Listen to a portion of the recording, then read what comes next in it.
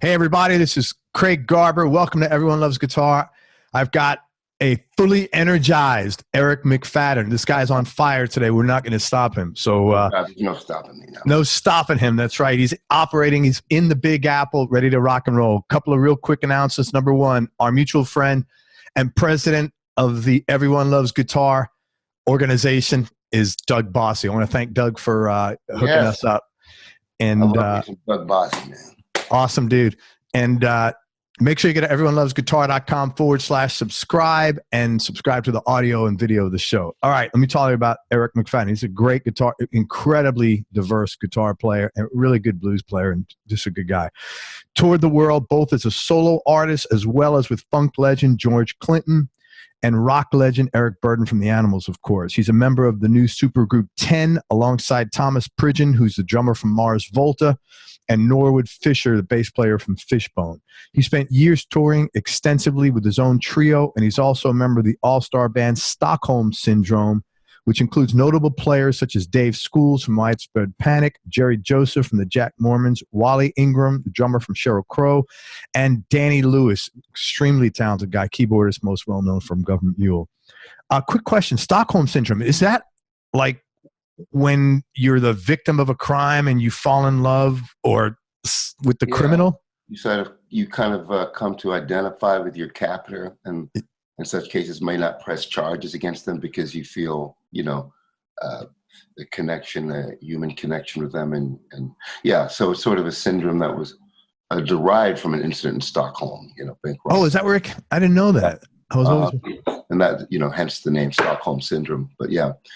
That's wild. So the deal is we listen to you and we immediately fall in love with the band. Oh, yeah. You're captivated by us. And right on. That's the objective. We can only hope that would be the result. Hey, man, I'm sure with all the talent in this band. Eric also spent 2.5 years touring as a guitarist for New Orleans favorite Anders Osborne. He's collaborated on stage and studio with artists like Bo Diddley, Keb Mo, Living Colour, Joe Strummer, Nels Cline, who we had here on the show, Les Claypool, George Porter Jr., and Zigaboo Modeliste from the Meters, Pat MacDonald, Bernie Worrell, Bonnie Raitt, Bill Kruetzman, Ron Wood, Pink, Joe Santiago and Dave Lovering from the Pixies, Widespread Panic, Jackson Brown, Mike Watt, the Reverend Horton Heat, Steve Stevens from Billy Idol, who was on here a while back, Stewart Copeland and others. And this was really cool. I was in the gym a couple of weeks ago, and I'm listening, a Government Mule track comes up, and at the beginning of the track, Warren Haynes goes, Eric McFadden on guitar. And I texted to him, and I was like, hey, man, I'm in the gym with you, and which is very cool. And I thought it was a different gig that you mentioned, because I guess I had forgotten I had done that same song with him many, many years ago, but we had done it again in Austin 10 years after that. So I was like, that's wild. I mean, that's great that you played with him a bunch of times, man. Tom Waits tune, I love it. Was it Going Out West, I think, right? Well, we did Going Out West, and we've done Get Behind the Mule. So we've done a couple different Tom Waits tunes, actually. Very cool, man.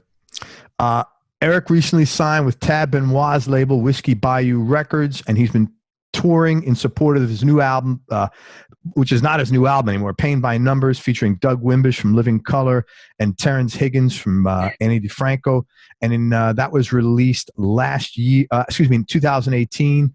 His last album out was Bad Reputation. Bad Reputation's your current one? No, you got too many records, man. The current label, this other label is a French label, European label, that released the new album, Starving at the Feast. Yeah. That's the acoustic record, Starving at the Feast. And he's also got, and we're going to talk about this guy's, I don't know how he has time to even make records. Okay, so Bad Reputation out of France. That's his all-acoustic AC/DC tribute record. He also has a duo that he released with Omar Torres, another guitar player. And I'll tell you what, I listened to his record. It's a really great blues record, Pain by Numbers, man. And I would encourage everybody to check that out. It's a fantastic record. And he also has another project he's in, the Sophistakits, which was co-founded with his friend Eddie Roberts, another guitar player, and includes, again, Wally Ingram, Miles Tackett, Chris Spies, and Jeff Franca. Eric, man, thank you so much for coming on the show. I appreciate it. Oh, it's my pleasure, man. Thanks for having me. Anytime, bro. Let's get right into it. As I mentioned, man, I really admire your hustle because you've been doing this a long time. You've got loads of projects, and I didn't mention this, but you've got well over a dozen solo records. And I have a ton of respect for that when you have a good work ethic, because that, to me, when work ethic signifies a lot about a person beyond their work ethic, like integrity and honesty and all that stuff. Well, I strive for those things. I mean, I don't know how close I'm getting, but well, they usually, don't you find, like, when you get a guy that hustles and works hard, all those other things generally are intact as well. Did you know if your guitar, bass, pedals, or any of your music gear is damaged, broken, or stolen outside your home, your homeowner's insurance policy will not provide coverage for any of it? That's right. Homeowner's insurance only pays if something happens inside your home and if the items are not used for business purposes. But Music Pro Insurance insures all your music gear no matter where it is, anywhere in the world, even when you check it in as baggage on an airline. Here, let me give you some actual examples of coverage they've provided. You're in a car accident and your equipment is damaged, boom, you're covered. Your kid pours apple juice into your amplifier, covered. Someone accidentally spills beer all over your pedal board at a gig, covered. In fact, any kind of theft or accidental damage is covered, even water damage from hurricane and breakage from earthquakes. But here's what makes Music Pro really different. They're not going to argue with you over the value of your instrument or make you run around looking for receipts when it comes to paying your claim. They know exactly why your vintage instrument is worth 10 times more than a new one. Plus, all claims are typically paid and fully settled in 24 to 48 hours. So if your equipment is not insured properly, go to everyonelovesguitar.com/Music Pro. Hit standard and then enter your information and get a free gear protection estimate. Don't be that musician who ignores this and then next month when something happens, you're wondering why you didn't take 10 minutes to do this properly. Make sure you go to everyonelovesguitar.com/Music Pro, enter your information and get a free gear protection estimate. This way, when something happens, you won't lose a minute of sleep because you took care of this already. I want to talk to you about the Bose S1, which is an amazing speaker for acoustic guitars that I've been playing lately. The S1 has two separate channels. It has one for your guitar and then another one for a microphone. And then there's a third channel you can use for a looper or for backing tracks that you could access by Bluetooth or through a 1/8 inch plug. And the S1s are also very easy to carry. It's got an easy to grab top handle and absolutely anyone can tote it around, and it's also rechargeable for up to 11 hours. The S1 was specifically designed to optimize the sound of your acoustic guitar on acoustic guitar gigs. The guitar and mic channels each have separate tone, volume, and reverb controls, and there's also a proprietary tone match switch which restores and optimizes the natural sound of your acoustic guitar, which, as you know, is typically the biggest problem with acoustic amps. Now, I tested the S1 myself, and the tone, volume, and reverb controls sound great, and they're very responsive. You can position the S1 in 4 different ways. You can tilt it back so you broadcast out to an audience, or you could put it horizontally, vertically, or on a stand. And the cool thing is the S1 has a Bose accelerometer, so it automatically adjusts the EQ and optimizes the sound for whichever one of these 4 positions you're using. The S1 also happens to be the best Bluetooth speaker that Bose makes, which is pretty compelling since Bose is known for the quality of their Bluetooth speakers. So effectively, you have an acoustic guitar amp, a PA, and a killer Bluetooth speaker all in one. And the bottom line is this. If you're an acoustic guitar player, there's absolutely nothing out there that sounds this good and this big that's also easy to carry and battery powered. As far as the Bluetooth speaker goes, I've used it many times here at home for family barbecues, and the sound is so good, my kids wind up arguing over who gets to play the music they want. You know, it's literally like having a full stereo system out on your patio. You can use the S1 for DJing, tailgating, or whatever you want. Before this, you'd have to spend a bunch of money on loads of different speakers and pedals to get the same thing the S1 does on its own. On top of that, it looks great just like all Bose devices do. And besides whatever money back guarantee you get from wherever you buy the S1, Bose also warranties the S1 for 2 years for any kind of defects in materials or performance. For more information and to find out where to get your own S1, go to everyonelovesguitar.com/S1. That's everyonelovesguitar.com/S1. Get the S1. It's outstanding. Are you looking to buy or sell a home in the Tampa Bay area without having to deal with pushy realtors? Then make sure you connect with West Florida Real Estate. West Florida Real Estate has helped over 300 homeowners and investors buy and sell their properties over the last 5 years. Their service is outstanding, just like back in the days when there was actually service in the service business, and you'll never have to deal with any kind of sales junk when you're working with them. For more information, email Ann with an E at westfloridarealestate.com. That's ANNE at westfloridarealestate.com. If you're enjoying this show and you'd like to support it, go to everyonelovesguitar.com/support. And for information on advertising, visit everyonelovesguitar.com/advertise. Well, it can be, that can be the case, and hopefully is. I mean, I'm saying that, I've learned a lot about myself recently, and I know that maybe I'm not as I didn't embody as much of certain things as I would have liked to thought I had, but just the awareness of that is helping increase it. So yeah, man. Hey, man, we're all a work in progress. Yeah, exactly. Every day, man. Yeah. But I was curious. A few questions. What drives you? Where does that work ethic come from, and what keeps you so hungry and so motivated? Well, ultimately, I think it's a combination of just, passion for it, love and passion for doing it, and also has to be necessity, because it's how I survive. So I think sure, man. If I don't, well, then nothing's going to happen. And I need something to happen. And also, I'm more driven to do this than anything else, simply based on the fact that this is what I love to do more than anything else. So I'm going to put my energy into what I love and care about. But I think it's just a combination of the passion and necessity. Right on, man. So, I've learned so much from all the musicians I've worked with and talked to, because, and I've really, it's influenced me a lot to change my own life to be much more focused on doing things I want and not doing things I don't want, even little things. I think that's a great objective. Do what you want. Don't do what you don't want. Yeah. I mean, little things even that we all get, like, sometimes you feel like, well, I have to, and that's not true. You don't have to. Yeah, not necessarily. There are things you have to do, but to differentiate between the things you have to do, like things that are absolutely necessary. Yeah. As opposed to things that you just sort of have come to believe you have to do.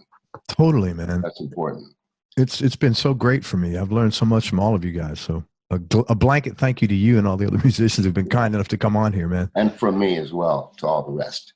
So how did you first get started in the music business, and maybe what was your first break? Well, I'm in the business. I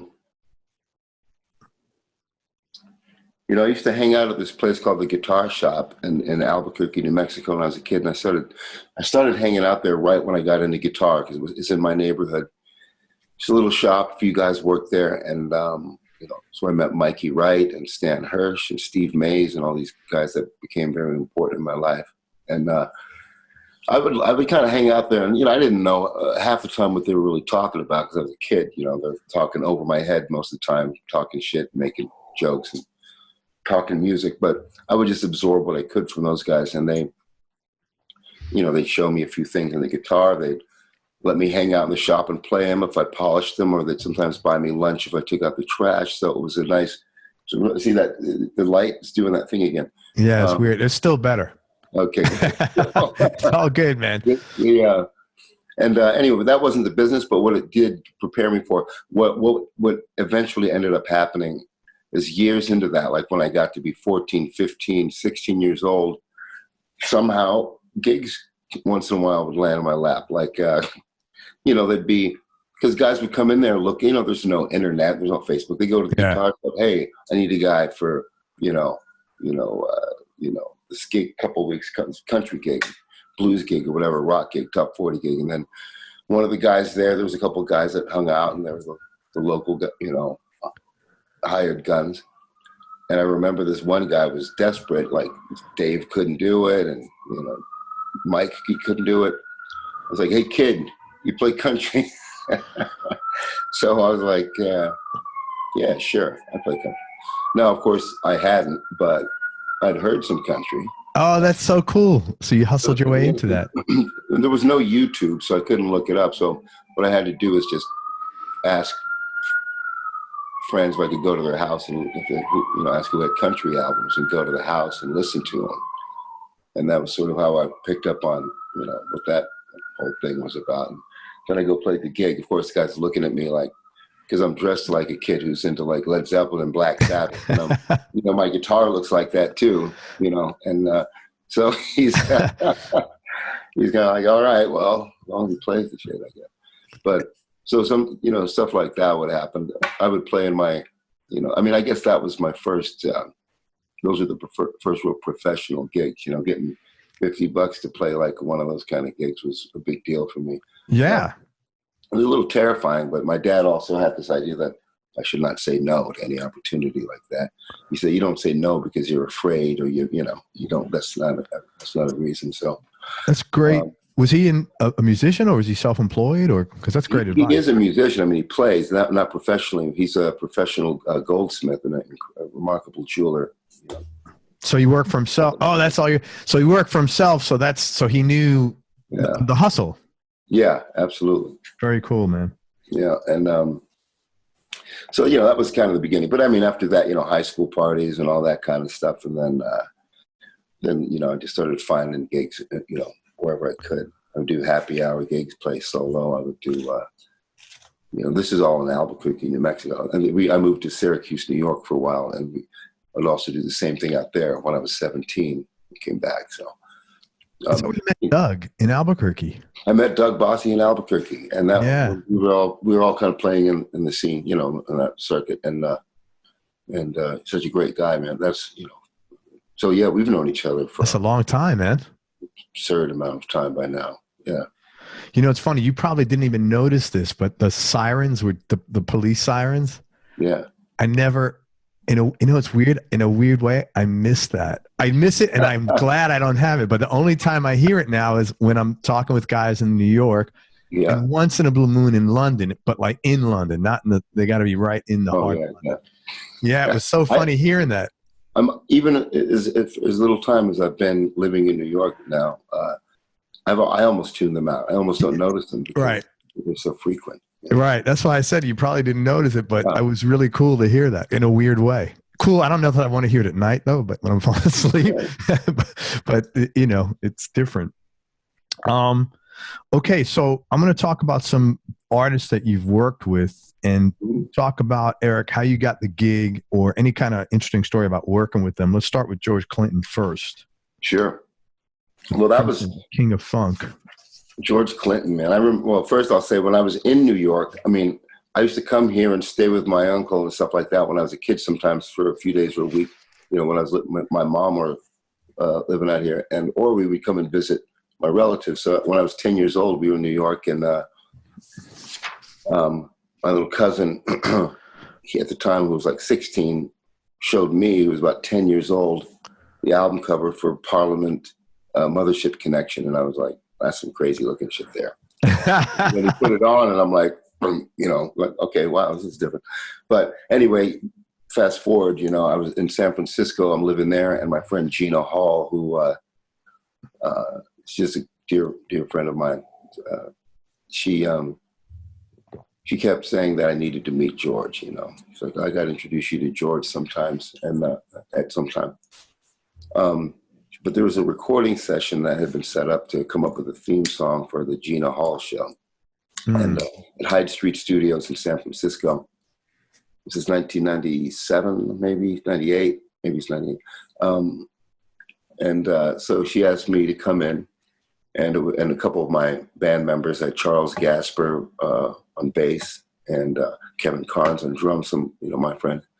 And then she had George Clinton and some members of Parliament Funkadelic, like Gary Scheider and Belita Woods and Blanche Curry and various people. And so we're doing the session, and I had never met George. This is, I just meet him at the studio, and I'm a little intimidated, a little nervous. At this point, I hadn't really played with a lot of big name people like that, and I was excited and a little nervous, And so that was, you know, I mean, he was a big presence. There he is with his multicolored, you know. Yeah. And so I didn't say a lot to him. We were playing. I had my acoustic nylon string with me too, and at some point I just picked that one up, and you know, this session went on for hours and hours. I mean, it was like by this, who knows? I mean, I remember we got out of there at 9 or 10 a.m. But oh, you know, wow. Yeah, I mean, and they would go on and on. At some point, I was improvising something with Kevin Carnes and Charles Gasper, and George comes in and he's just yelling, "Gypsy funk, gypsy funk," and that's kind of what it sounded like. I got this. We're kind of putting a little James Brown meets, you know, flamenco on. I don't know what's going on, but that's kind of what's happening in the room. And anyway, after hours of this, we're just in the control room listening back, and at a few points he asked the engineer who was doing that, and then my friend Matt Kelly, who's the engineer, would point over at me. And he goes, so I guess that stuck in his head, and a month later or so, he calls me at home, asks if I want to go back in the studio. And so this all just kind of came about from my friend Gina introducing us to the studio session. He invited me back. He invited me to sit in at the Warfield in San Francisco. And thus we cultivated a relationship, a friendship. You know, my band Alien Lovestock was doing a CD release party in San Francisco. And you know, George had actually come out to one of our sessions after one of their shows there and sang, him and Bolita sang on our recording. And I thought to myself when the album was coming out, would it be cool if George came out and did the gig? I mean, of course, to me, it seemed like that wasn't going to happen. I just thought, wouldn't that be cool? You know, and Gina's like, well, why don't you give him a call? And I'm like, it sounded crazy to me to ask George Clinton just to come to my gig. And, you know. But you did it? Well, she called him and she just handed me the phone. And they, you know, so that's great. Like, and he came out to the gig. Like, yeah, sure. Let's see. I'll see you there. That was that. So he came out, and yeah, and I mean, yeah, it was amazing. That show definitely was a highlight in my life. That particular show, Alien Lovestock, with George Clinton and Blackbird McKnight came out. You know, from P-Funk, and he's incredible. That was, and you know, Bolita. Gary Scheider, so that was probably not too long before he passed when you got to. Yeah, I mean, Gary, I toured the whole time I was in the band. Gary was there, and you know, yeah, loved that guy. Yeah, he's super talented guy, man. And Bolita, you know, we lost both of them. We lost Boogie, you know, as well, and Razor Sharp is gone. You know, I mean. Yeah, I guess none of us are sticking around, you know. Yeah, none of us are sticking around. Yeah, I mean, that's it. We get your time and then you move. Yeah. You move on. Not to bring this up for controversy purposes, but did you see the documentary on him? No. Which one? There's a documentary on George. He's not involved in it. It's basically what they had. They had all these guys over the years. Mm-hmm. You know, they started the band out in Jersey, and he would get these really young kids mm-hmm. that were hungry, weren't living in the best situation to begin mm-hmm. with, and would, you know, pull them out of the hood, basically, right? Like, who wouldn't, you know, hey, do you want to leave the hood and come on tour with me? I mean, who's going to say no? But, and again, I don't have any stand or stake in this either way. But basically the movie talked about how he never paid any of these guys, or he paid them in like cocaine. Yeah, I mean, it's a whole thing. It was really, you know, and look, there's three sides to every story, right? I don't know. Yeah. I'm sure he didn't put a gun to their head to snort the coke. So, you know, but it was just an interesting. You know, it's true. There's always a side, because, you know, you get those, you know, like stories like this, but then on the other side of it, you'll get stories about how generous and correct, and, you know, sort of how much he, you know, sort of helped people along in their lives and careers too, and how gracious and generous he was too. So there could be, you know, there's a lot to all of, you know, that we maybe couldn't ever know. And you don't Yes. know, like, are people embittered by certain things that happen? I know George himself was ripped off, and he's had to deal with a lot of injustice in his career, too. And I know a lot of times, especially in regards to the records and Westbound, he was ripped off by them, that he couldn't pay people off because he wasn't getting paid. He was getting ripped off. So there's that side too you have to consider. Absolutely. Plus, they're not going to make a movie with hey, this is a great story. Everybody walked away. That's just not what they make. No, that's not journalism. People want the dirt. Yeah, right. Want some drama, some conflict. Yeah, totally. But it was just, I was shocked about the movie. It's not something I don't really follow up on dirt like that anyway, but I just have to randomly watch it one day when I was in the gym. It's been real good to me. And a lot of those people have been in that band with him for 30 years plus. And so they must not have much of an issue either. So yeah, right. You got to consider that too. That speaks for itself largely. Yeah, 30 years. No one sticks around 30 years being abused. Right. Then, yeah. Talk about Eric Burdon. How'd you hook up with Eric, another incredibly talented musician? Oh, yeah. Well, we were doing a gig, my trio, with Wally Ingram on drums, Paula on bass, Paula O'Rourke. We were playing Joshua Tree. Well, we were on tour, but we were doing a particular gig at Pappy and Harrods in Joshua Tree, where Eric Burdon was living at the time, and Wally also has a place up there. So Eric invited Eric, because they both live in Joshua Tree. They'd met each other. It was the 35th anniversary of Jimi Hendrix's death. I remember that. So Eric Burdon's there, and we kind of put him on the spot and said, well, Jimmy died 35 years ago today. You guys were good friends. Why don't you come up here and sing a Hendrix tune? But anyway, we had a great time at the gig. He sang the song. We hung out afterwards, had some drinks and all that. And 2 weeks later, I'd get an email from him asking if I want to go on tour as his new guitar player. Basically, wanted to hire the whole band, me and Wally and Paula. So that's great. That was it. We met him 2 weeks later. We're in the band. And then, that's how that went. And he has some great stories. One of my favorite things about being on tour with Eric Burdon was being able to hang out at the bar or in his room afterwards and just hear firsthand accounts of rock and roll history. Some wild adventures that I dare not even repeat some of. Sure. So, but yeah.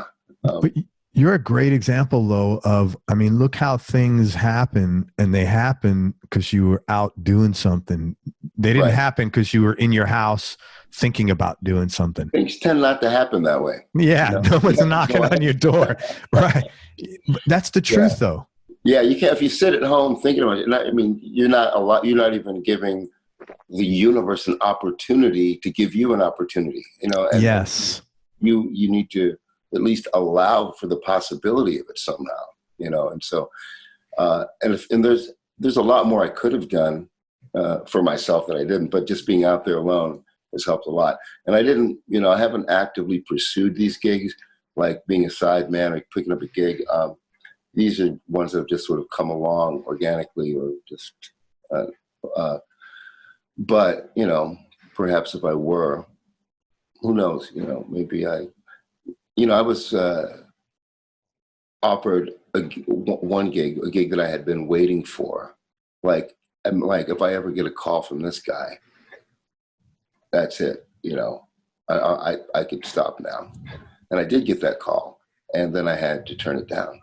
And, why? Just you had some other commitments going on? Yeah, and when in retrospect, even when I've told a few people about this. So my friend Donnie Graves, who's who's managed a lot of people, but currently my friend Liam Hall managed James Hall.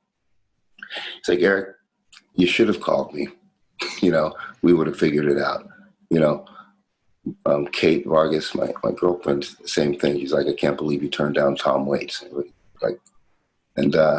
Because as a huge fan, it's not even about it being the biggest gig. It's about it, him being really important to me, musically speaking, and somebody that I've always wanted to work with. And, and I think that it couldn't have been worse timing. I had a lot on the books, and he wanted 2 months, I think, of time. But, that's the thing that I really wanted to happen, that actually I got the call and didn't take it. Now, I thought I was doing the right thing. You know, I had received deposits and paid out musicians for gigs that were coming up. But the European tour, there was the Portland Symphony with Storm Large. There was like all this stuff happening, and it was really, hard. And I mean, I was getting out of everything I could. I just couldn't do the full 2 months. But anyway, all these things came about just as a result of being out there, at least allowing myself to be seen and noticed. Yeah, man. And I think, well, first of all, let's put this out there. Tom Waits, if you're listening to this, if you're a friend of Tom's, give me a call. Man, give him a call. Give Eric a call, because it's you don't get too many opportunities of getting a second chance, Tom. And I could be dead tomorrow. We don't know. We all could, Tom. This is like the telethon. So here's a plea for you. You got my number. That's right, man. Hasn't changed. No, so let's put that out there. But the other thing is, I think it's important because a lot of times people, especially nowadays, I think people feel, hey, let me go on the internet and make stuff. And yeah, once in a blue moon, you'll hear a situation of, oh, so they saw me on the internet. But for the most part, because in music, there's a lot more to playing. And every musician I've ever interviewed will say the same thing. There's plenty of guys better than me, but I got the gig because of the chemistry. You know, the guy liked me. We got along. That's such a big part of it. It's as much of it as the playing, at least. So. Yeah. So get out there and do stuff, man. And it's not just in music. Everything, you got to get out there in traffic, man, and make shit happen. Nothing's going to happen sitting on your ass at home. Oh, totally, man. And I've learned that again just from being involved in the music on the side of the periphery of the music business for 2.5 years. It's like, holy shit. But if you do get out there and you do hustle, oh my God, lots of cool stuff can happen. Yeah. Man. Yeah. I mean, and it does. Yes, it does all the time, man. Nels, and before you talk about Nels, I just want to tell the listeners, write this down or just keep this in mind. There is an incredible version of Maggot Brain on YouTube that Eric and Nels Cline did. Man, it's really, and it'd be worth the. That was pretty cool, man. You know, so talk, and I think you were playing a resonator in there, which you play a lot, and you fucking kill it on that thing, man. That's the James Trussart resonator. Dude, you kill it, man. But I would think any resonator put in your hands would be great. I mean, it's, you know. Well, I'm a big fan of those particular, resonators. Yeah. So how'd you connect with Nels? I had Nels on here. He's a deep guy. He really is. He's just phenomenal. I connected with him, I think it was 2002 or 2003. And, I had been a fan of his. The first time I'd heard Nels was on Mike Watt's album, Ball Hog or Tugboat. Yeah. And I was like, there's some crazy fucking guitar player on here, dude. That's guy, And then I got really into this band, the Geraldine Fibbers. Yeah. And they're just, this album, Somewhere Between the Earth and My Home, just became one of my all-time favorite albums. And then, and I went to see them at the bottom of the hill in San Francisco. I got the exclusive live album that they only did so many copies of. That show was great. But then I go to see them again. They have a new album out, and Nels Cline's on it. And I'm like, oh, yeah, that guy. And I go see them, and there's Nels playing with Carla and the Geraldine Fibbers, and it's phenomenal. I'm like, this is a great addition to the band. This is like, now one of my favorite bands is even better. And anyway, that was 97. I didn't meet Nels for several years after that. I think I'm getting, it's early 2000s, but at the Sweetwater in Mill Valley, California, I was out there to go see my friend Jessica Laurie play, and she's a sax player, and she was having Nels Cline play with her in the band, and we, so I get to meet Nels. She's like, Eric, this is Nels. I'm like, hey, I'm a fan of, but somehow we really hit it off. And then she asked me to sit in. So just moments after meeting Nels, I'm on stage with him, but I'm playing mandolin because I didn't have a guitar with me. I had a mandolin with me. And I'm not as well versed on the mandolin as the guitar. So it was a little more challenging. We were playing in some strange key, C sharp, and it was like some sort of like harmonic minor. It was just, I was feeling a little like strange for everybody but Nels, probably. Yeah. What am I doing? I didn't even know what, and I felt completely like I have no idea what the fuck is going on. And I'm playing with Nels Cline. So anyway, that was my introduction. I think I have a photo of us from that first day that we met somewhere. And we just kept in touch after that. And we got to play together over the years on occasions. Not as much recently as I would like to. I know that but now that I'm in New York, I think it'll be a little easier. Oh yeah. And but he's just one of my all-time favorite. I think he's just got an outstanding sort of sensibility, and just his approach to it is so uniquely his, and his use of effects is so masterful and creative. Yeah. And it's just what he embodies musically is so well-rounded, embodies so much. I love the jazz influence and sensibility is great, but also his sort of reckless abandon and his frenetic energy, and it's just like, I don't know, it's just it's punk rock, it's jazz, it's everything in between. And I'm just a big fan of him musically and personally. Yeah. It's funny that you said that his favorite band was the Geraldine Fibbers. And when he got that gig, he was over the moon. Yeah, that's funny. So, we shared that in common, the Geraldine Fibbers, only he got to play with them and I didn't. But actually, I did play with Carla, a couple of times. I did sit in with her, and I really love her. And that was a great band, really.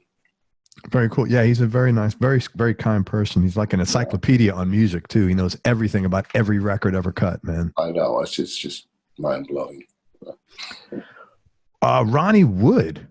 Yeah, I love Ron Wood too. Ron Wood was like, my dad had the album Gasoline Alley by Rod Stewart. And great record, man. Record, yeah. And Ronnie was all over that. And of course, the Jeff Beck group and with the Faces and all that. But experience meeting him was great. That was through George. I met a lot of great people through George Clinton, and often on tour there'd be a couple of days off. He'd take me with him on a little excursion, But this time we went to the studio in L.A. and it was Bernard Fowler, the Stones backup singer, yeah. And I've known Bernard had known him a few years then. I've known him forever now. But so anyway, he's like, yeah, let's go to the session. That's also where I met Bernie Worrell, and we really hit it off there. And I had my nylon string there too, and I was playing some in the corner, and he was like, I heard that. And then we started talking, and so that was a great day for me all around. It was a strange day. I was also the day that I met Ike Turner, who was an intimidating presence. He's a big guy, and he has an intimidating. And then there's the whole. His reputation precedes him, man. Because at some point it's like, in fact, I had met him once before at a festival in France, the south of France, when I was touring with P-Funk. Briefly, he remembered me from there, and he saw me at the session, and then during a break, he's like, "Hey, come out to my car and listen to what I've been tracking." I'm like, "Okay." And walk out into the dark parking lot with Ike Turner getting his car. Just me and him sitting there. I'm like, I was a little just, uncomfortable. Yeah, man. Slightly uncomfortable. Let's leave the door ajar, Ike, so the lights on. Wow. Yeah, I mean, it was a little weird. It was a little odd, and it's hard for me to not think of that history. How could you not? And it's a little. I'm not. What am I going to do? I just. Anyway, I did sit there for I don't know how long it was listening to some of what he'd been tracking, and I went back in the studio and more. You're like, Ike, I gotta pee, man. Yeah, really. I'm gonna explode, man. Yeah. So the session was great. Ron Wood was really, personable and jovial, and he, full of humor. I mean, definitely has a sense of humor. And but I did get to have a one-on-one moment with him in the lounge, which was great. He's a very personable guy, and And, you know, and he's a big part of my upbringing, musical upbringing too. Yeah. So yeah, there was a bunch of photos of that somewhere too. I think a lot of my stuff burned down in a fire, and then who knows what happened to it. So who knows what happened to a lot of these photos. This was that's too bad. So that was a pretty good day for you though. Yeah, that was a good day. That whole experience. Yeah. Holy crap. Good. How about Mike Watt? What did you play with Mike or? Yeah, we've played together a lot. Mike Watt is important to me too, because when I was 18 years old, my drummer at the time in my band Angry Babies, his name is Daniel Bunner, he turned me on to the Minutemen. He was really into this band, the Minutemen. I'm like, they're playing at Club Rec, we got to go, you know. And, all right. Anyway, before that show happens, this guy, I got to let you know, George Clinton was a very important figure in my life. He was a music teacher in junior high school. Okay. Very supportive of me, loaned me the school guitar amp over the summer. And wow, that is very cool. Very cool. And he let us go over to his house. Me and my friends just hang out and play all of his instruments and just kind of mess around there. And really gave us a place to go and be creative. And nowadays, Department of Child and Family Services would have been called and locked his ass up for doing that. You hardly get afforded these opportunities anymore because And but we were very fortunate to have that. And he had a niece. And anyway, you know, I would go hang out with him when we were 17, moved back to New York. When I was 18, I came back on my own and moved in with him for a couple of months. Oh, wow. And during that time, I was 18, and this band came to kind of hang out before their gig, and it turned out it was the Minutemen. So it was George Hurley DeBoon and Mike Watt in the living room, and me, and we were just clunking around on instruments and talking. And then I realized it was the band that my drummer was into, you know. So of course, that was my introduction to Mike Watt and meeting him, well, the band. But Mike and I ended up running into each other right when I moved to San Francisco. And this was many years later. This was 10 years later, I guess. And I told him, hey, remember we met in Albuquerque 10 years ago. And after that, we kept running into each other. I'd just be doing all these gigs in the same area. So we became friends. And he's come to play with me on several occasions for my LA residencies at the Mint and such. And him and Stephen Perkins and I would often do a little trio thing. From Stephen Perkins from Jane's Addiction and Banyan. So I also did a couple gigs with Banyan. And but Mike Watt is ferocious, isn't he? He's just like the working man's bass player. He just digs in with I don't know. He's a one of a kind. And the Minutemen were just a very unique and influential outfit in their own right. And Mike Watt has stayed true to his whole sort of ideology and, you know, work ethic. And it's just, you know, I'm just a big fan, you know. Man, I hope people keep listening to what the intersections that you keep having, again, not to harp on this, by being out. Yeah, this is just, I mean, it happens because you're out there playing and seeing things. But you know, honestly, you know, some people really know how to hustle. Some people go out there looking for opportunities, and they afford themselves a good deal more, you know, possibilities of things happening. And I didn't really look so much. I just wanted to stay out there doing it. You know, my main objective was to be out there playing. You know, that was ultimately it. I wanted to make records and I wanted to tour and, you know, write songs, make records, tour.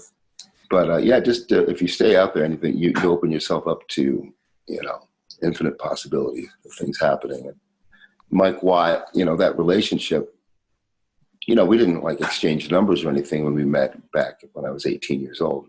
We just ran into each other, and it took a while before we even exchanged numbers. We just kept bumping into each other. But yeah, Mike is really another one of those people that has earned a place in, you know, music history, I think. And yeah, for sure.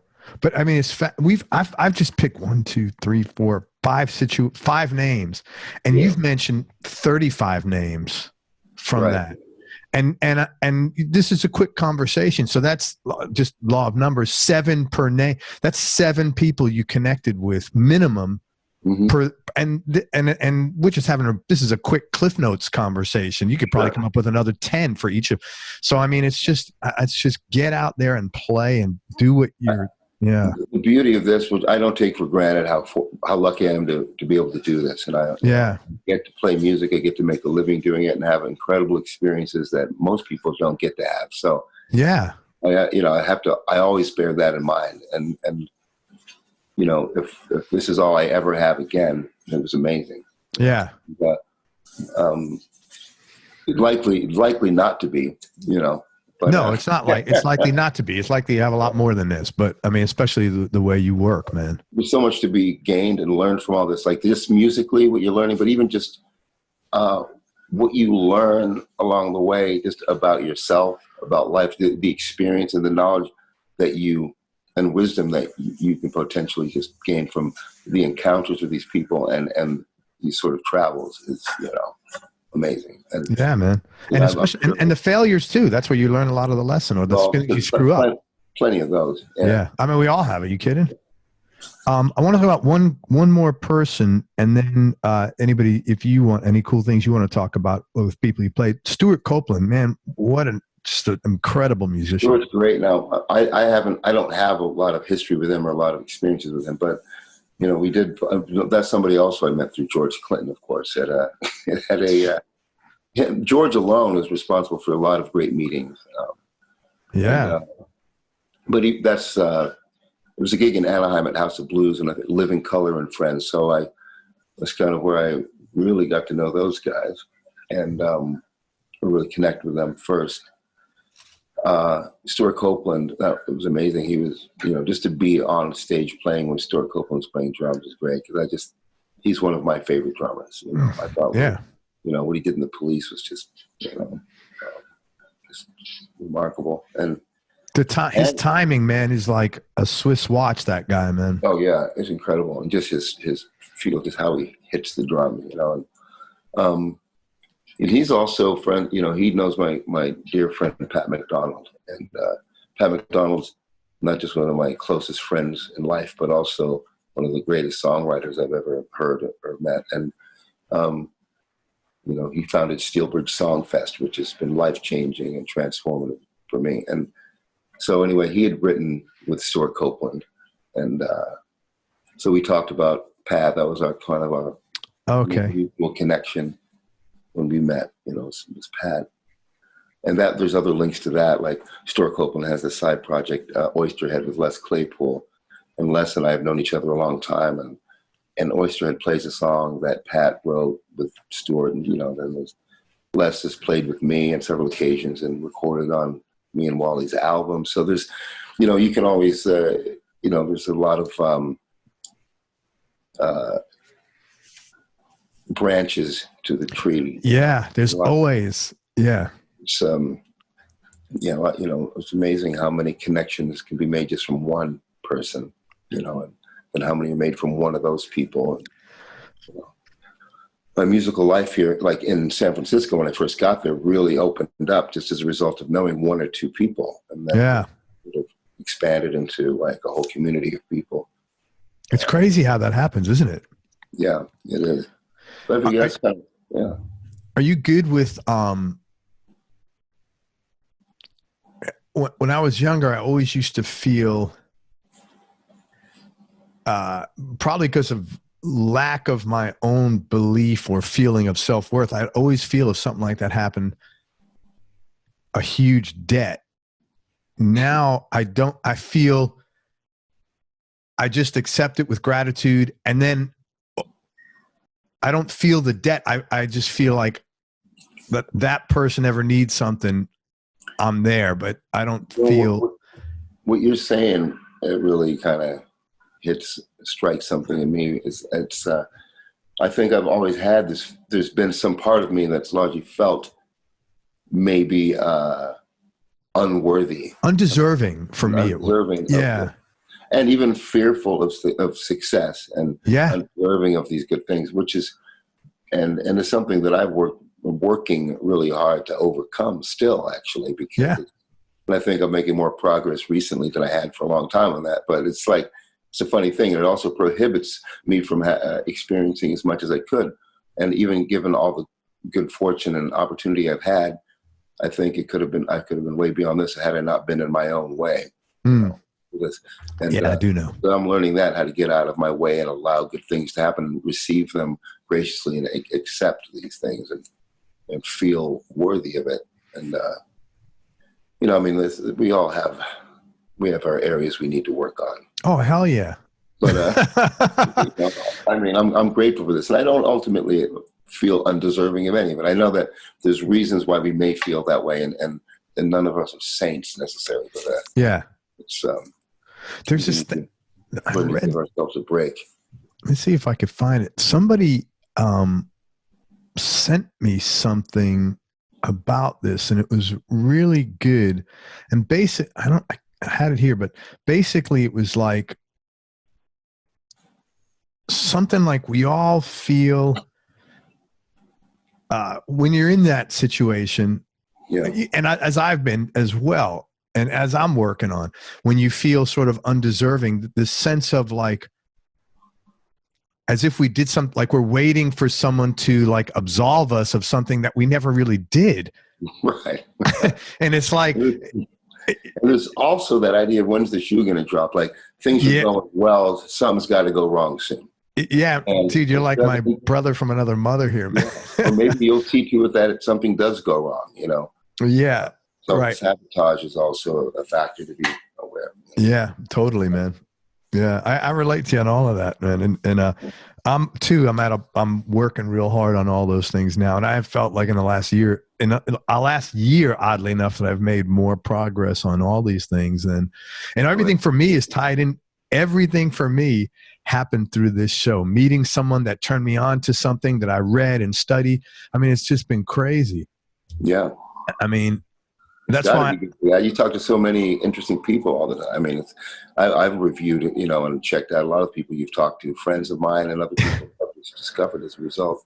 Yeah, it's great. I mean, I've been so lucky. I mean, it's just, but that's how I feel like aligned, that I'm in the right place, sort of. But it's good to kind of to be able to, I think, to hear other people's experiences and try and get a sense of what they've learned from what they've gone through is always good for you. And sometimes something you can relate to directly, and sometimes maybe not so directly, but you always get something out of it. I think that always, and I'm always grateful for that. I'm ready to receive. Yeah. That you just got to try to remain open and receive what you can. Absorb whatever experience, knowledge, wisdom you can at any given opportunity, and use that shit. Hell yeah. It's funny because Doug, I think, was several people have said this since him, but Doug was the first guy on the show. He goes, Craig, you should rename your show to Everyone Loves Therapy. But the funny thing is, I'm the one getting the therapy. From my standpoint, it's like, because like you said, I'm ready to receive. So like this guy said something, you say something, I'm like, okay, Yeah. And then it just being in line of the positive, being in that's a huge. And there's a lot of tools at our disposal, many that which I haven't been taking advantage of or hadn't been. And sobriety is one of the greatest gifts I've given myself. Good for you, man. How detrimental that was to me. If it hadn't been serving me in some way, I wouldn't have been doing it. Sure. And I stopped drinking well after it stopped working for me.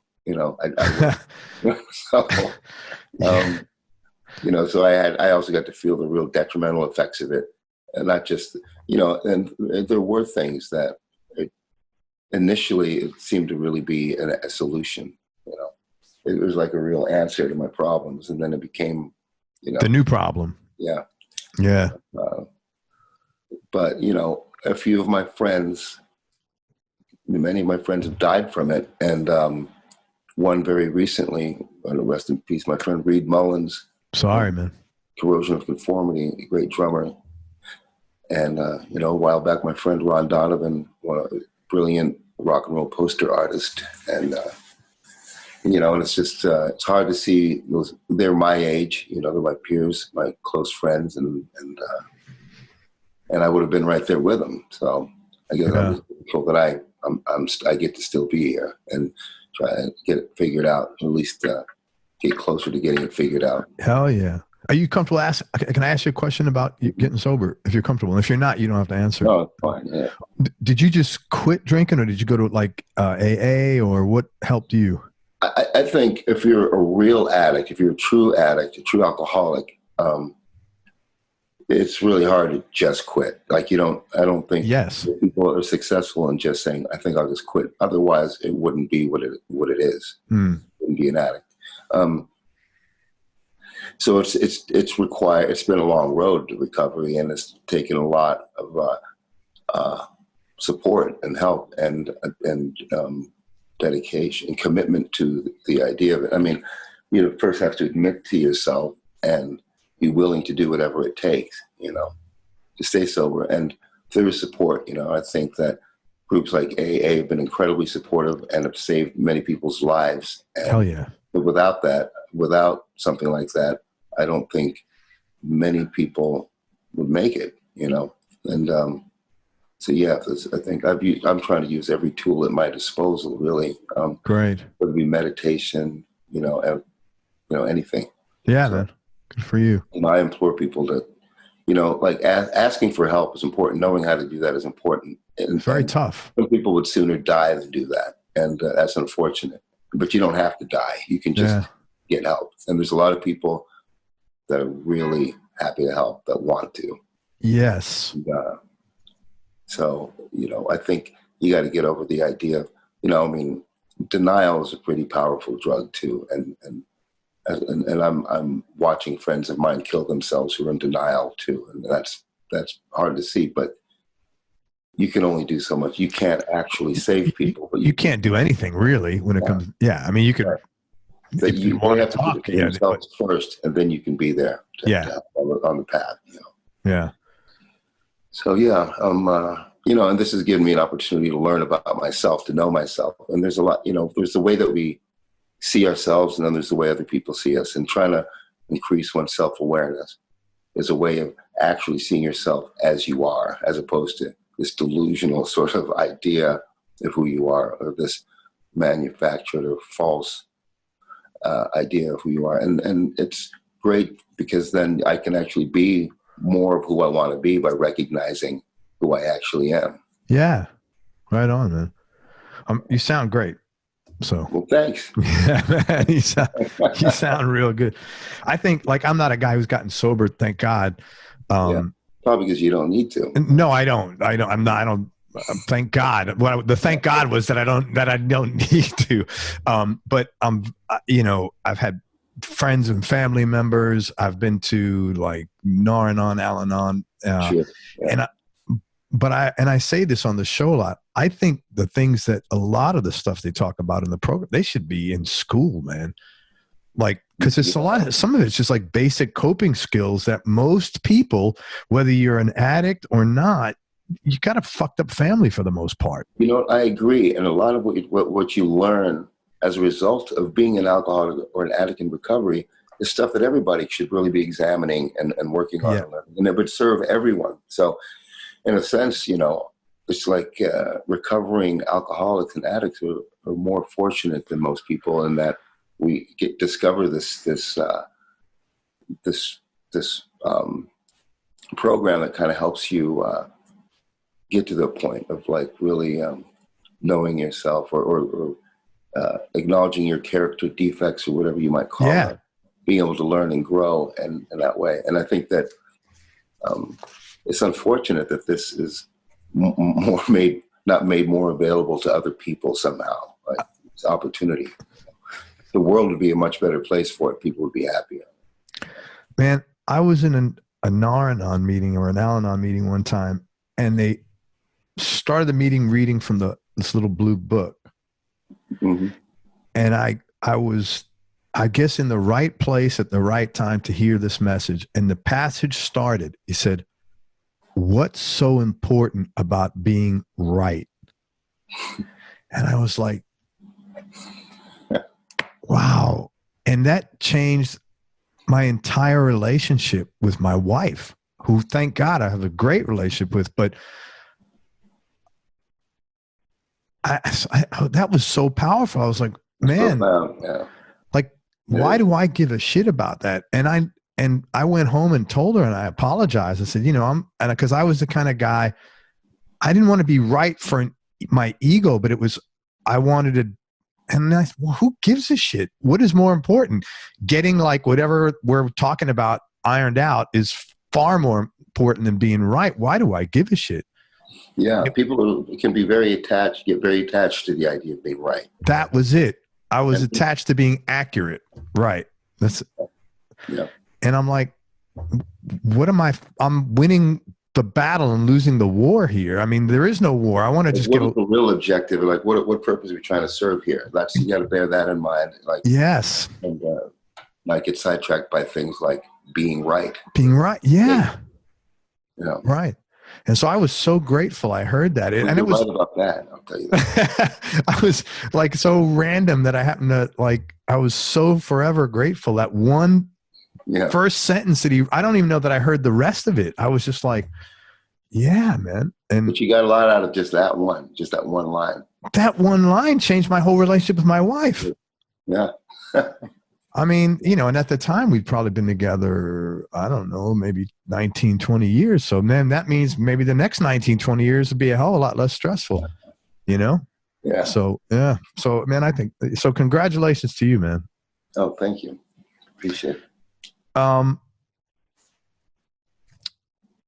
What are you excited about now, or do you have anything going on now that you're excited about, either musically or personally, whatever you'd like, Eric? Well, I'm excited about, having a new record is exciting. The record's done. So it's just kind of, that's the next thing is, I'm making a record I'm playing on the new Kate Vargas record. And Kate's my partner. I was a tremendous fan of hers before we really knew each other, because she is such a brilliant artist. I mean, she's unique and brilliant. And like when I think about my favorite songwriters and who I deem to be the greats, Tom Waits being one of them. In fact, that's Tom Waits behind me in that picture there. Oh, that's cool. Yeah. Kate had signed by the photographer. So anyway, when I think about those people, I kind of place Kate in that pantheon. I play Kate Vargas, to me, is one of the better living songwriters. And because I was really impressed by her when I heard her voice, her writing, and everything else. That's why I fell in love with her. It's just that and everything else. But so she's making a new record. There's a Kickstarter campaign in the progress now. What's the record called? The new album is yet to be titled. Well, actually, there is, I think, a title. I'm not sure if I should be giving it away now. Okay, then don't. But I'm going to be playing on that record. Right on. And I'm very excited about that because I'm such a fan of the other records that getting to be on this record is kind of maybe only equivalent would be being on Tom Waits' record that I deprived myself of the opportunity of. So I'm not doing it this time. I'm playing on this record. And that was very 2020 of you to say she's your partner. Yeah, wasn't it? No, I usually don't say that. That was very 2020 of you, man. It was getting with the times, Very PC, man. I don't want to just be the old guy, live like old relic living in the 80s. Be enlightened. Yes, that was very politically correct. I like that. So that's one thing. I'm excited about the new Kate Vargas album. I'm excited about the new European touring coming up. I'm behind my new album. We'll be in France in May, and then I'll do some European stuff in July. Starving at the Feast. Yeah. Where are you playing in Europe, and where are your tours posted? Well, May is just going to be France. July, I think we may be expanding beyond France into other territories, which awesome. I'm not aware of yet because it's still being, there's other dates being confirmed. And then November, more European touring. I'll probably get back out on the road with Omar Torres too, and we might do Estonia, Russia. Kate Vargas and I are also going to be doing more touring in and out of the country, and that's another thing. We'll be doing a duo album as well.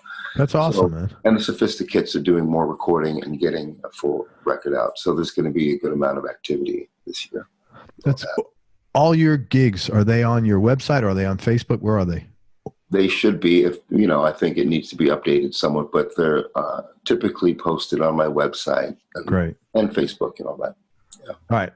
So just to summarize, anybody check out the Kickstarter campaign for Kate Vargas. It'd be cool to participate in that. And all of Eric's other gigs are going to be on his website. By all means. Top 3 experiences you've had musically. Wow. Just like knee-jerk reaction. I know it's tough. Well, I tell you one thing that is really, the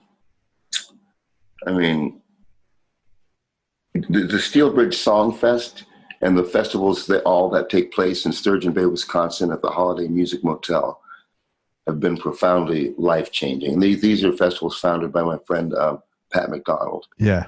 And him and Melanie Jane are really at the head of this. And it's like when I first went, Pat had told me, hey, you have to come do this thing. And I said, I can't. I think I'm going to be on tour and doing this and that. And he put it in such a way that I ended up having to go. He said, if you don't come, you will regret it for the rest of your life. Oh. And I thought, well, okay, well, I suppose that's enough reason to go. If that's not enough reason, then I suppose nothing is. So, and he's right. I wouldn't have known that. However, how could I have known I'd regretted it had I not had the experience? But knowing what I would have missed, yes, it was a good thing I'd gone. I've gone since 2006. I've been going to this. And then after Steelbridge Song Fest, he had founded 2 others. So there's 3 a year, and they're all songwriting festivals. There's Love on Holiday, which happens in February. Steelbridge Song Fest happens in June. Dark Songs happens in October. And they're all themed festivals.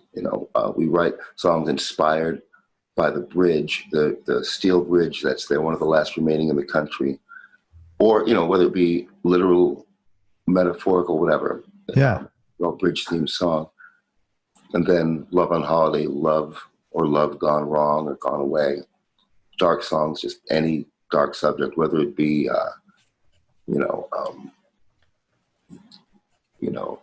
serious or humorous, or whether it be, about murder or just personal loss, or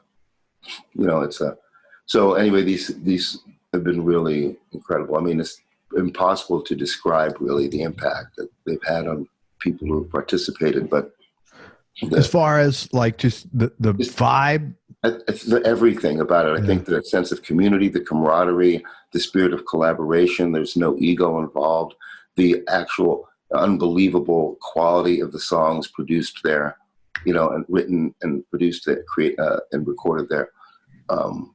And just the spirit in which things are done it's absolutely all for the love of it, and there's no profit involved for anyone. I think it's just a really profoundly wonderful experience, So that's definitely very high on the list of musical experiences. I think joining Parliament Funkadelic was just because of the time of what was happening in my life and what I ended up experiencing as a result of joining that band. You got exposed to so many other musicians. Yeah, just that alone, it was beyond. You couldn't pay for that. Oh no. Yeah. It's and then there were other great things. Like I had a gig in Paris in 2007, which was the second time I played there under my name, and I had an album that had been released there, and it was an album release party, and Café de la Danse. And first I had been surprised that so many people had come out for my show.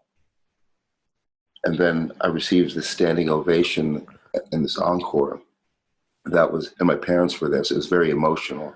Oh, wow. Your parents came out to see you. Yeah, they came out to the show in Paris, and it was so amazing to have them there for this and to experience. It was just really emotional to be getting this reception in Paris, and then for my parents to be able to be there to experience that with me was an amazing. That's moment. nice, man. That's really nice. I mean, there's I'm sure I could go on, but those are a few that come to mind.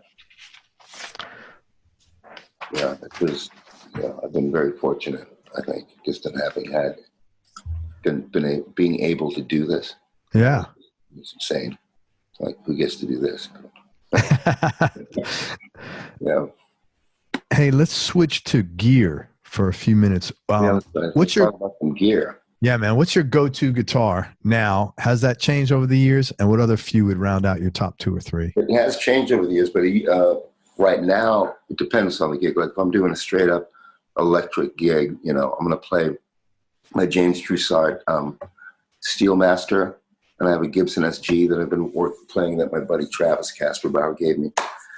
And then acoustic, I always bring my nylon string Lepatry Hybrid, which is made by Godin, and I bring my Godin Montreal with the T.B. Jones pickups.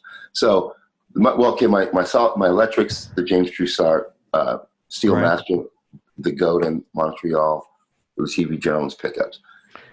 For a resonator, I use my James Troussard resonator, and then I have my that I mentioned, the nylon string Lepatry. So those really are the ones in rotation primarily. Those guitars. And I think that changes back years ago when I was touring with my trio, with James Whiten on bass and Paul Labaldi on drums. That was, I had this old 1932 or 33 Gibson L10, and my friend Phil Milner put a little Barkus Berry pickup in there. It's the only one that would fit. There are no knobs on it, just this one pickup. And I used that and my Lepatry nylon string exclusively almost for years, touring with that group. And when I would play with the Faraway Brothers as well. Faraway Brothers was another great side project I had. Dude, you're like, do you remember like In Living Color? The show? Yeah. You're like, one job, ha! You're like, you're like I'm so like blown away by it. Seriously, man. I know you said you're not a hustler, but you're a hustler, man.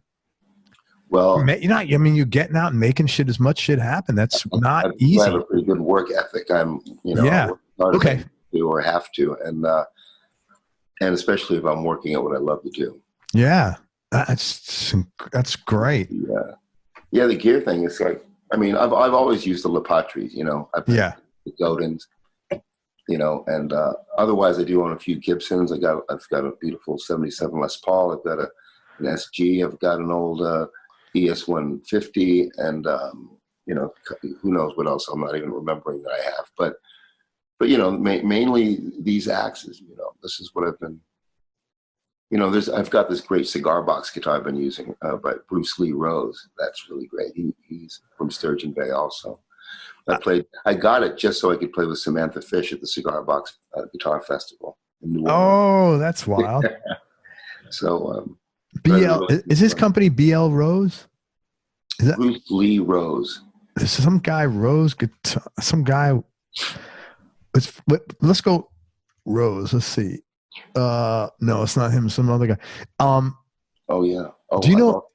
I'm sorry. Go ahead. Go ahead. Oh, I'm sorry. No, I was still on gear. I've got this great Bill. Bill Asher guitars. No, but I've heard his name. I don't know him. He makes great stuff, and I've got one of his guitars that I thought had been stolen, and I've got back, and it's amazing.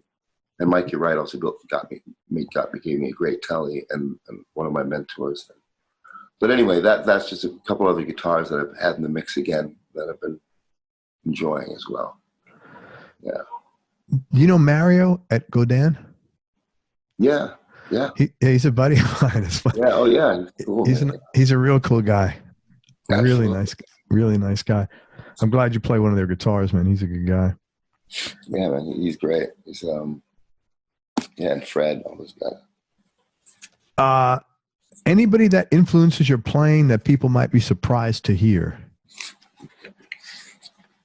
Well, I think if people listen to me, they might have ideas as to who might, like, there's some obvious ones. Like, they'd probably go, you listen to Jimi Hendrix, Jimmy Page, John McLaughlin, maybe.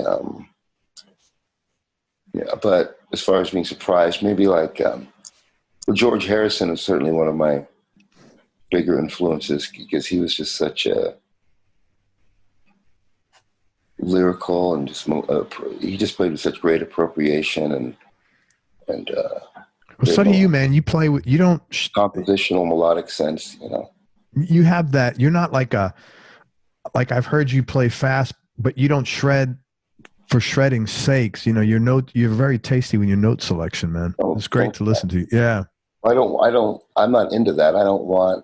That doesn't excite or interest me so much. So I'm not inclined to want to just do that. Yeah. You know, I think there's a time and a place for it, and I'm all for it when it's called for, you know. But you know, George Harrison's a great example of somebody that never needed to do that. He probably could either, but who cares? You know, he didn't need to. Right. You know, I think, it's probably not a surprise that Nels Cline and Jim Campolongo they're dear friends of mine, but both of them, before we were friends, you know, I was fans of. Yeah. And, you know, I think I end up just often becoming friends with my favorite guitar players because that's just what happens. But both those guys have such unique, they have their own voice on the instrument, man. They really do. And that's the thing about them. They're absolutely brilliant and unique players and playing for the sake of the music. And, you know, a couple of my mentors, Stan Hirsch and Mikey Wright, same way, you know. As far as other people might be surprised by, I mean, I don't know. It's like, you know, I really love Django Reinhardt, Paco de Lucia, the aforementioned, you know, Jimmy's, you know, Steve Morse, McLaughlin. I mean, there's, you know, people like Mark Ribot. Yeah. Great. You know, Joe Gore. Joe Gore. I had Joe on here. I had Campolongo. Yeah. He's quite a funny, he's a funny guy. They're all great guys and great guitar players. And he's involved with Toussaint as well, I think. Yeah. Oh, yeah. It's James Toussaint as well. Yeah. Yeah. Yeah, there's, I mean, you know, I played with a couple of guys in a band called The Good, the Bad, and the Fugly, Josh Key and Brian Kehoe, and those guys are also great players. And yeah, I mean, I think really my friends are my favorite. You know? Yeah. And, ever sell a guitar you wish you can get back? Yeah. When Jane's Addiction came to town in Albuquerque in January of 1989, and I hawked my 1965 Fender Mustang. Oh, wow. And then I got to the show and the promoter let us in for free anyway, and then I never got the guitar back. Oh. So anyway, that was that. Yeah, I would have liked to have had that. Yeah. Eric, tell me your top knee-jerk reaction, top 3 Desert Island discs. Just for now. Okay. All right. All right. One, I would have to say Abbey Road by the Beatles because it's a comfort album kind of for me. You know what I mean? It's one that I've been listening to since childhood, and it would probably just help me feel connected and at home wherever I was. I would say, I guess for the sake of variety, I could get, well, Miles Davis kind of Blue maybe because I think it's the kind of album that you could just listen to over and over and maybe just learn to sing every horn solo by heart, you know, give you something to do while you're on there. And without being too crazy, like some crazy, like Charlie Parker solo, you know. Yeah. And then maybe, God, you know, I might go Beethoven's Third Symphony, Eroica, because I think it would be a well-rounded 3, albums. It was the first symphony that I ever heard and related to at all. Like classical music up to a certain point, I just didn't care about it. It all sounded the same to me. And then my dad put this on once when I was laying in bed, not feeling well, and somehow it hit me. Like I'd suddenly heard it in a way I'd never heard it before. And so it's always, for that reason, will probably remain the closest classical composition piece of music. Well, that's a nice thing too, to remember that you're laying in bed feeling sick and your dad said, "Here, let me make you feel better." Yeah. No, seriously, that's a great memory. It is. That's a great touchstone to that music. Yeah, man, that's awesome. I think those albums for those reasons. And bless you, man. Yeah, I guess that's 3. Yeah. Yeah. Most important things you've learned about yourself. This is the part of the show where Doug said this should be called Everyone Loves Therapy. I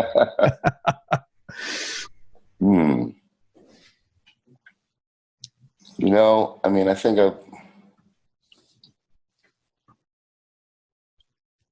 wow. It's I think I've learned that I don't have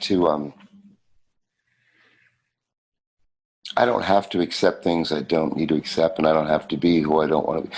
If I've been acting in ways my whole life that are not serving me, I don't have to do it anymore. I can change them. I think that that's one thing I've learned, that you can change things. You can change things about yourself. It's understanding what you have the power to change and what you don't. And, I think that, and to change some certain things takes a lot of courage, and I think that just the realization that you can do that is an amazing thing, Man, that's very touching to hear. I mean, thank you for sharing. That's really cool. I'm happy that you got, and I would imagine getting sober is a huge realization of that. I think it's just important for people to just know that that when people are unhappy in their lives, that they may have more power or, over changing that than they realize. Yeah. And a lot of it does come down to you do have to be willing to look at some stuff that may be uncomfortable, but the rewards in that can be potentially really great. So just get in there and do it. Just dig deep, might as well. That was very well put. Thank you, man. No, thank you. Yeah, I'm really happy to hear that come out of your mouth for you. That's good, man.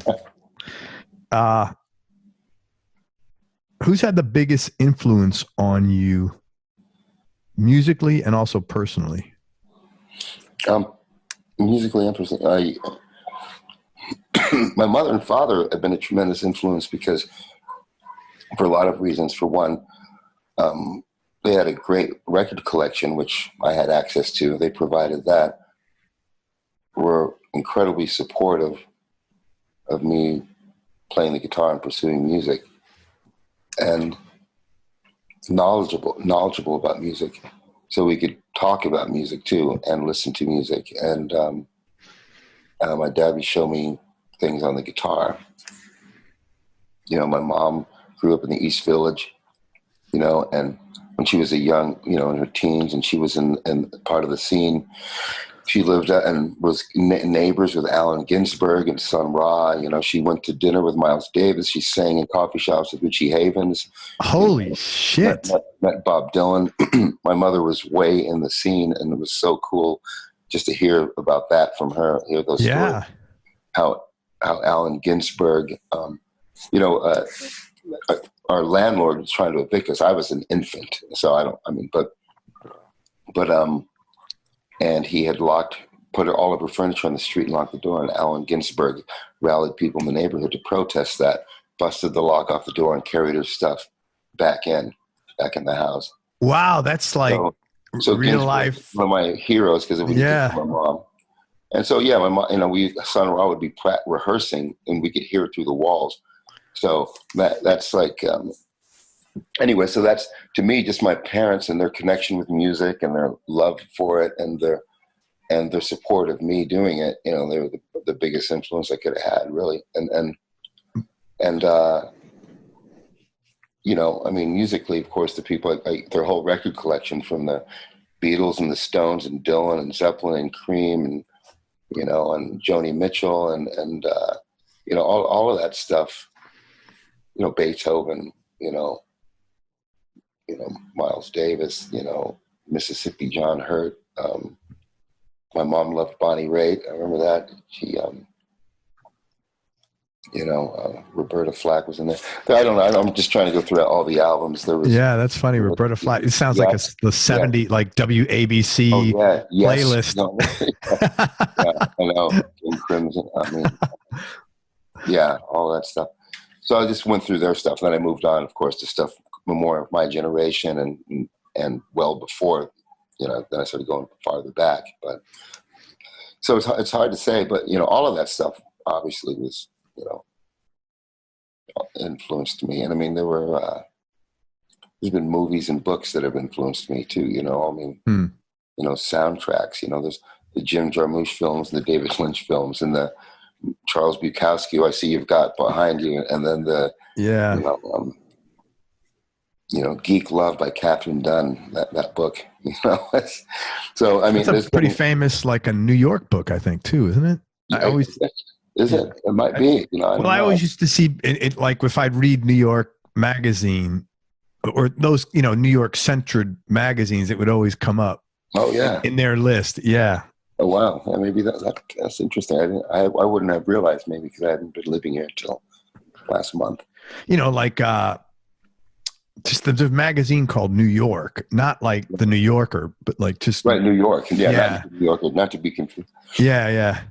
As well. Well, all of that stuff. Of course, my mentor, Stan Hirsch, who I met when I was 14 at the guitar shop in Albuquerque. Later on became, we came to do a duo and do a couple of records together. But he was my guitar teacher for a good 8 months when I was 14, 15 years old. And, Mikey Wright, Stan Hirsch, Steve Mays, people like that, all the guitar shop people. Yeah, Colonel Bruce Hampton, Colonel Bruce Hampton, yeah. He passed like last year, didn't he? Yeah, a couple of years ago. A couple of years ago, yeah. Yeah. May 1st, yeah. Your memory is great, man. For people, it's very impressive, man. Well, good. Something is still working. Yeah, I don't know how, but how you're that precise on all the memories, man. That's really good. You must be sacrificing something else for that. Whatever it is, it's okay. I don't know what. Yeah.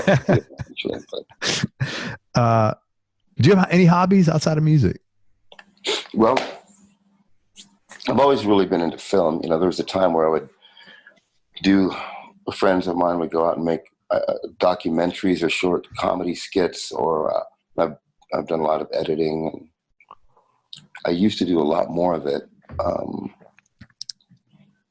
But I would still like to get, I'm actually currently working, or trying to get back to working on an old mockumentary that I was doing with Pat MacDonald and John Behrens, unraveling the myth of the legendary Sons of Crack Daniels. So keep an eye out for that one. Sons of Crack Daniels? Coming to a theater near you. There you go. Come on the show. We'll premiere it, man. Just remember that. The legendary Sons of Crack Daniels. I like saying that. The legendary Sons of Crack Daniels. It sounds good, doesn't it? It does, man. It does. 2 more questions, man. And thank you very much for coming and being so cool and open. Toughest decision you've had to make, or most difficult thing you've had to do? Oh, wow.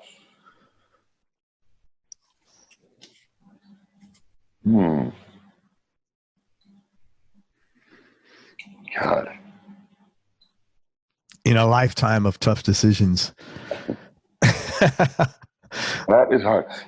One of them, I think, actually was, to get back to this, having to say no to this guy, to playing on the Tom Waits album. Yeah. That one hurt me because, that's been a lifelong dream of mine. And I feel like in some ways I've gone back and forth as to whether or not it was the right thing to do. And even though I felt it was so much the right thing to do that I was depriving myself of doing that. But I mean, I think career-wise, that's the hardest. Yeah. It had to be the right decision because you're here now, you're sober. Yeah. Maybe, maybe there's no way of knowing, but maybe I think I should just choose to believe it was the best thing. Yeah. I mean, it's just a lot better about it. Yeah. You can't for me, man, I know anytime I start looking in the rear view mirror, there's never an upside for me. Never, never, never. No, I know. It's, yeah. I mean, I'm sure there's other things. It'd be hard to, there's been difficulties leaving bad relationships before. Sure. But, there's stuff like that. I mean, there's a lot of personal things, but, I think that was hard. There's a couple career things. Like I should have gone to do the Jules Holland show with Eric Burdon, and I didn't because I had a couple gigs and I was trying to keep my word. But in retrospect, that might have been.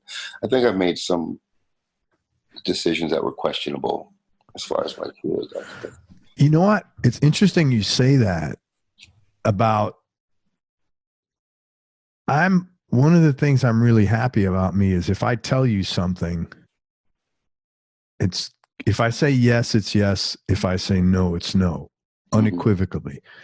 But I think I've done myself a disservice at times with that. And you just made me think of that because sometimes you say yes, but situations change. Right. And then for me, I've been so focused on, I got to fulfill my commitment and then I'm getting screwing myself on the other end. And then I fucking hate what I'm doing. And and then you're miserable at yourself. You don't like the other guy for no reason. It's not his fault or her fault, Right. Yeah. And I've learned to having more flexibility with myself to change and say, well, you know what? I know I said that. I'm really sorry. This is unexpected. Situation changed. Yeah. Yeah. It's important to be able to recognize that and cop to it. Yeah. For me, it had to do with whatever that same thing in my head was with what's so important about being right. Exactly. And that's a really commendable thing. I think we live in a society too where people, I don't think it's encouraged enough, the idea of just being it's okay to change your mind based on new information, change your opinion or viewpoint on something based on new information or evidence or enlightenment or whatever it is. And I think or change the circumstances, man. Shit happens. Things change and you can change. Yeah. Yeah. Your ideas about things can change. Yeah. And last question, Eric, biggest change in your personality over the last 10 years and how much of that has been intentional and how much has been a part of aging? You've had so many changes. Maybe I'd be better off limiting that to last 4 years or 3 years or something like that. But answer it however you'd like. Well, personality, that's a big one because yeah, it's huge. I think I would like to think anyway. One thing is I think I don't know how much of it changes they are as opposed to just maybe developments or maybe I would say that I feel a lot more gratitude than I used to for things.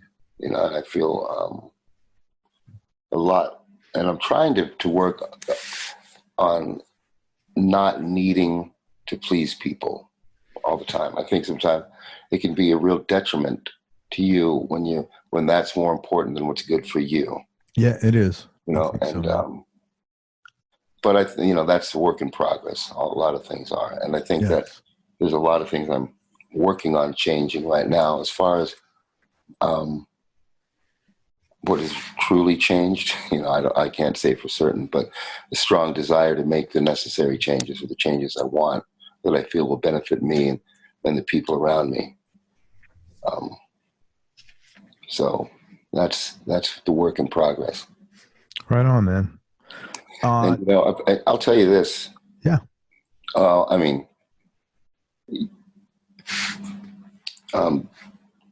I've been changed, by just the people I've encountered, the places I've gone, the things I've done.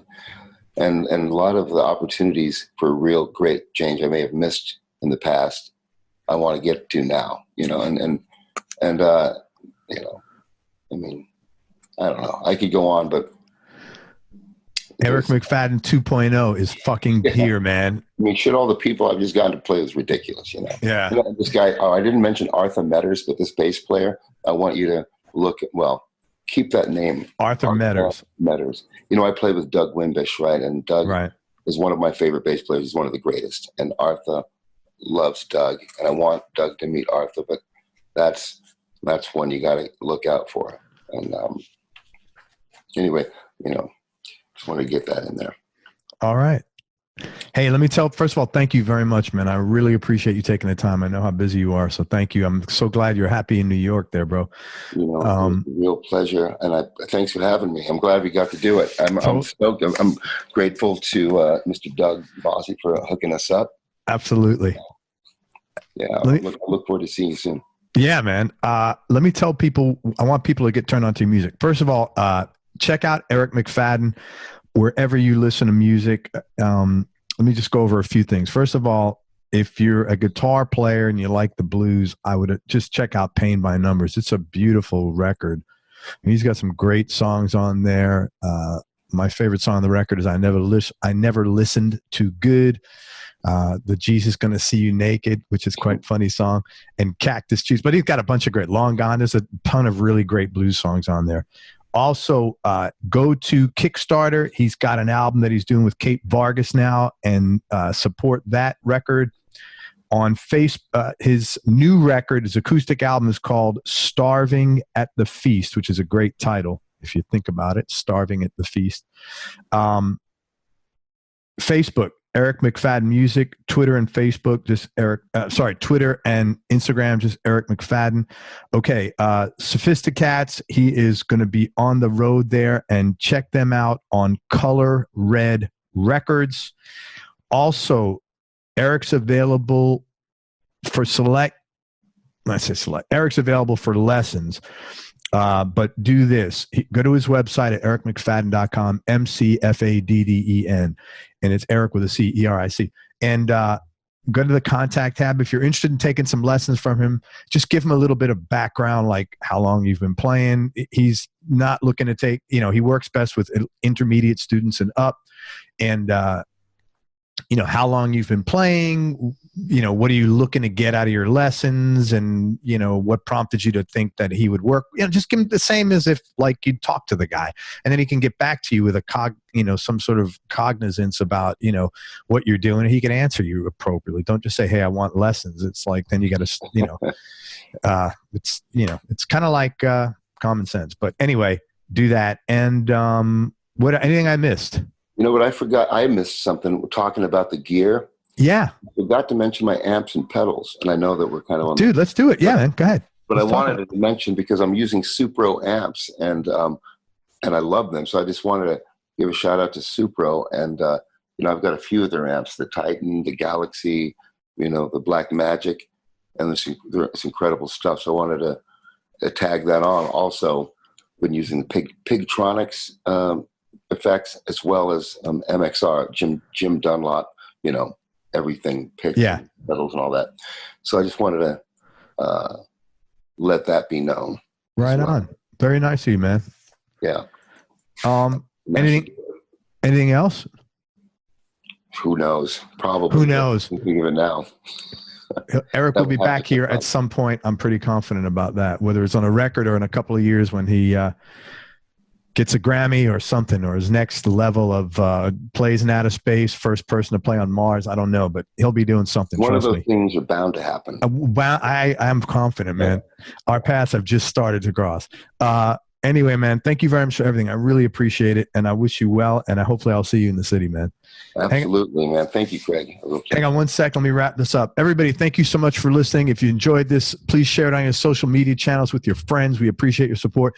Please check out Eric McFadden's music. He's an incredibly talented guitar player, songwriter. I mean, he's a good singer, and it's so cool because I meet everybody, not in context of, not everybody, but most people, I haven't heard a lot of their music. So I meet, we first talk, and then I go listen to your music. And one of the coolest things is hearing people sing. Oh, yeah. Because that's not the context where I first encounter you. There you go, man. And he's got a great voice, man. So check, and he's just a really good guitar player, man. So check out his stuff. And most important, remember that happiness is a choice. So choose wisely. Be nice, go play your guitar, and have fun. Till next time, peace and love, everybody. I'm out. Eric, thank you so much, brother. Thank you.